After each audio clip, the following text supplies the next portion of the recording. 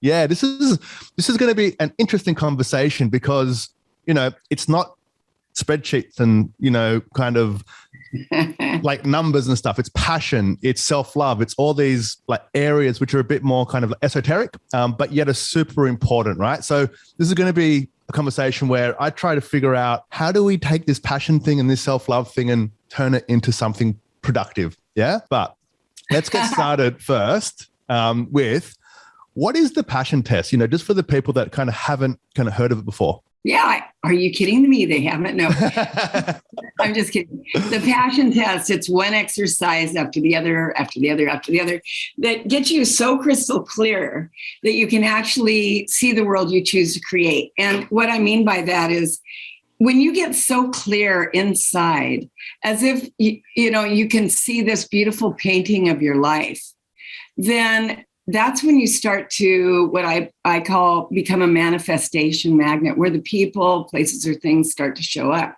It's all about clarity. Clarity is power. So what the passion test does is it helps you to get more clarity. And one of the things that we say, Alan, in the passion test is when you are clear, what you choose to have show up in your life will. And only to the extent that you're clear that clarity is power.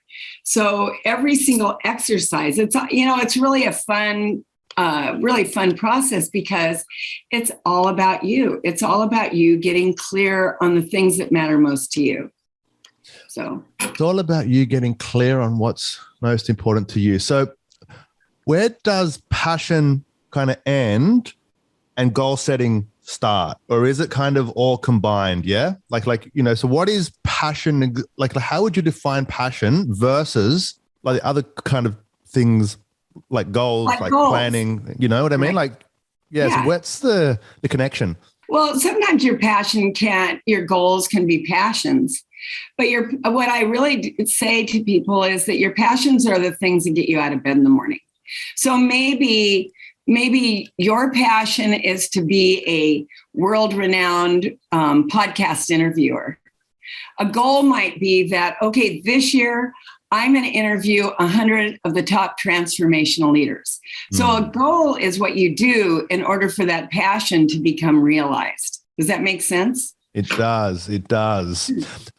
Which is really great. Right now, how do you figure out passions? Because it's important, let's say, right? Like everyone keeps talking about, you got to find your passion and go forward with your passion. But it's like, what does that actually mean? Like, how does somebody, start to figure out their passion? Yeah, your passion, as I just said, it's what you love and care about. It's not rocket science. It's very simple.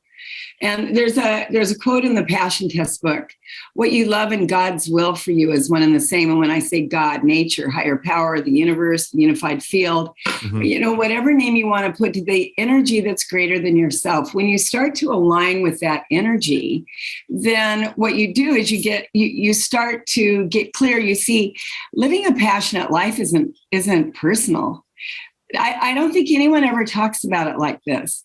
I mean, I've had over 25 years in the field of passion, and what I've come to realize is that passion, what it really is, it's about getting so quiet that you get to hear the marching orders of the general manager of the universe for you. We've all heard, or many of us have heard from science, something called the unified field. Mm-hmm. And all of us are part and parcel of this unified field. In other words, it's like we each have a role to play. So living a passionate life, again, it's not personal. It's about actually getting clear so that you can be of service to the rest of humanity. How are you of greatest service to humanity? By sharing the gifts, the things that you care about most, the things that you love the most. Mm-hmm. And that's how I define passion and living a passionate life. Sometimes you find passion kind of after trying a lot of different things to figure out the thing which you like, right? And so what's a good way in for people, the people who are listening, the people who know their passion, they're sorted, right? Because they're, just excited about, the days and the weeks and all that. But there's probably a lot of people that are not sure. So what's a good way to kind of figure out, aside from doing the passion test, which everybody should do, just to be clear, but what's a way to think about, how to figure out your passion if you're not sure what it is yet? Many of your listeners, I'm sure, know Jack Canfield because you told me that you have a lot of entrepreneurs listening today.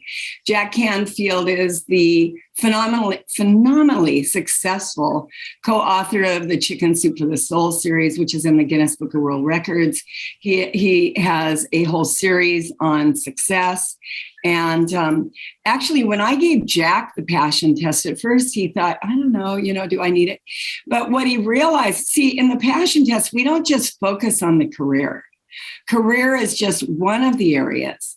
And so maybe some people know their passion in the area of their career, but in the area of their relationships, it's nowhere. That's where their life feels like they're suffering. Right.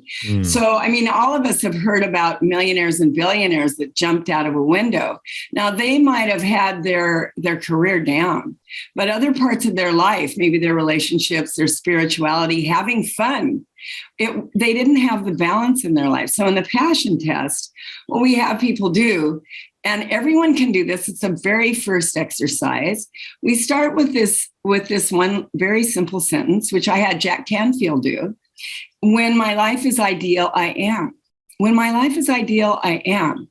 And then what you want to do is you want to think about the areas of your life that are important: health, spirituality, fun, career, relationships, your environment. Your environment is, where are you living? Are you living in the mountains, at the ocean? How does your house feel? You walk into my house, I have like a big tree in the middle of the front room. I mean, my house feels like, you walked into a beautiful temple. I mean, and I always tell everybody, look, your house should be so intimate to you that when you walk into your home, you feel like you're getting healed because it's your home.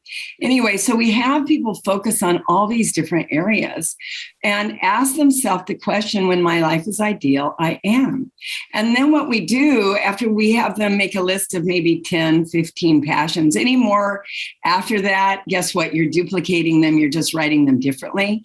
Then what we do is we take everybody through what's called the elimination process, where we start to eliminate which feels better, this or this, this or this. And we have 3 questions in the elimination process to help people be able to eliminate the things that they wrote down that don't have as much meaning for them and come up with their top 5 passions. And the reason why we have them do that is because we've been working with these neuroscientists from the University of Pennsylvania that had done all this research and found that the mind can only contain 5 to 7 pieces of information at any given time. And Alan, I'm sure I could ask you, hey, do you ever feel like you're on overload? You have too many things going on. Has that ever happened to you? Mm-hmm. Yeah. And when it does, do you notice that you're not able to do any one thing that great? And I know what the answer is because I've asked thousands of people around the world that. So what would it be like if you knew what your top 5 passions are and you consistently chose in favor of those top 5 passions? What do you think your world would be like when you got really clear and knew, yep, these are them? What do you think? And you consistently choose towards those top 5. And those top 5 could be business, but they could be health, they could be family, they could be fun, they could be other things too, right? Well, yeah, because you never know. Your passions are like breadcrumbs that lead you onto the path of your destiny. I mean, think about this. Oprah loves to talk, right? When Oprah I know a lot of people who love to talk. Yeah, so Oprah might put, I love to talk, when my life is ideal, I'm talking to all kinds of people. Well, this is why I always tell everybody, look, don't judge anybody's passions because you never know where, what door it's going to open.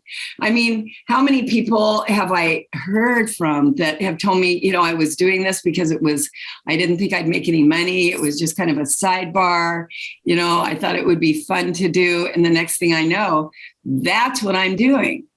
Because life is here to enjoy. Life is not here to annoy. And so our job and honestly, all of our job, and this is what I've seen and what makes sense to me is for each and every one of us, in order for each of us to give maximum, is to get clear on what matters most to you. The only thing that gets in the way of any of us being able to live a passionate life are our limiting beliefs about ourselves. Our false ideas, our false concepts. I'm not good enough, smart enough, rich enough, blah, blah, blah, blah, blah. And that's the thing that is a block. I like that you said that, limiting beliefs. This is great because this is a fantastic topic. Just for people who aren't fully across this, could you just explain what is a limiting belief? Yeah, I mean, a limiting belief is simply, maybe you have a passion to be a famous actress. And a limiting belief might be, I'm too old, I'm too fat, I'm too ugly, I'm too stupid, I don't know the right people.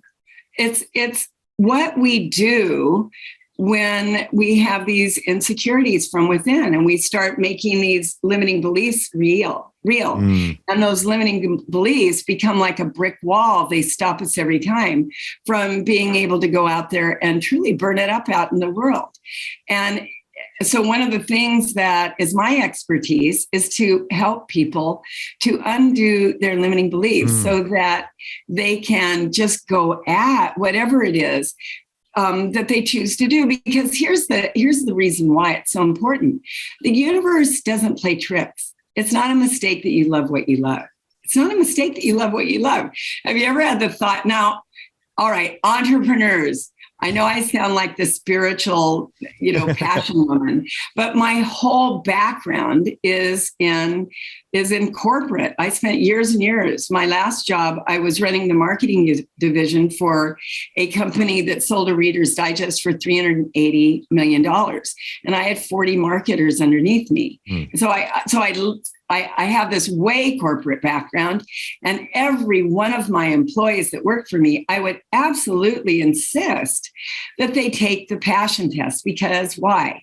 Because when you're clear about what you care about, then what it does in terms of career, it gets rid of the noise. In other words, and especially if I have any, right now, if there are any people that run a human resource department, you absolutely want to learn this passion test. Because why?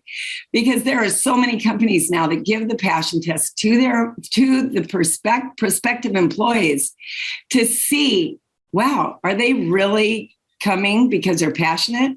Or is this just a job for them, which is a just over broke job? They're, a money-based decision. Yeah. And so it's a very, very cool tool. And what I've seen as I've come out of this corporate world is that talking about limiting beliefs and helping people undo those limiting beliefs allows them to be able to really be able to give maximum. That's it.